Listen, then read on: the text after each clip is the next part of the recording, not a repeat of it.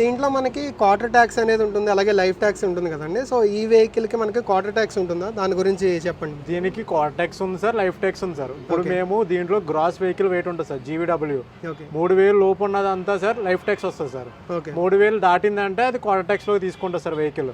అది మనకు వచ్చేసి క్వార్టర్ ట్యాక్స్లో వచ్చేసి 1.6 వస్తుంది సార్, లైఫ్ ట్యాక్స్ వచ్చేసి 1.5 వస్తుంది సార్, వేరే 1.5 అని వస్తుంది సార్. ఓకే మనకి క్వార్టర్ ట్యాక్స్ వచ్చేసి 3 నెలలకు ఒకసారి పే చేసుకుంటాం sir. Life tax vehicle life ఉన్నంతసేపు మనం పే చేసుకోవచ్చు సార్. అది ఓకే అంటే మనం ఎలా కావాలంటే అలా క్వార్టర్ ట్యాక్స్ అయినా పే చేసుకోవచ్చు, లేకపోతే ఒకేసారి కస్టమర్కి వాంటెడ్ బట్టి సార్. ఇప్పుడు 1.5 కావాలి నాకు లైఫ్ ట్యాక్స్ కావాలంటే 1.5 చూస్ చేసుకోండి సార్ అని చెప్తాం.